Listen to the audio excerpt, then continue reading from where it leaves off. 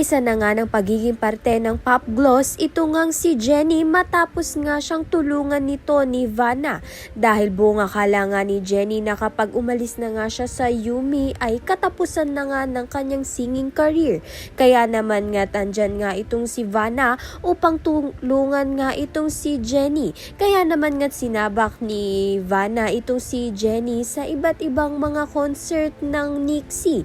Siningit nga niya itong si Jennie upang magpakilala nga muli si Jennie sa mga sambayanan. Sa sipag at tiyaga ni Jennie ay naging sikat nga siyang maging solo artist. Binansagan pa nga siya ng shining voice of pop dahil sa angking galing nga ng boses nga nito ni Jennie.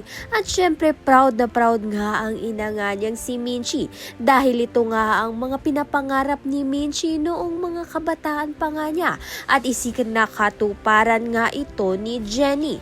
Subalit nagsimula nga itong si Jennie na hindi nga gustuhin ng ibang tao dahil hindi naman nga basta-basta nawala sa sambayanan ang naging issue nga niya bilang isang halari. Gayunpaman nilakasan nga ni Jennie ang kanyang loob kaya naman nga deserve nga niya kung anong meron siya ngayon. Kaya naman nga yan at iba pa ang dapat nating pakaabangan. Maraming salamat sa iyong panunood.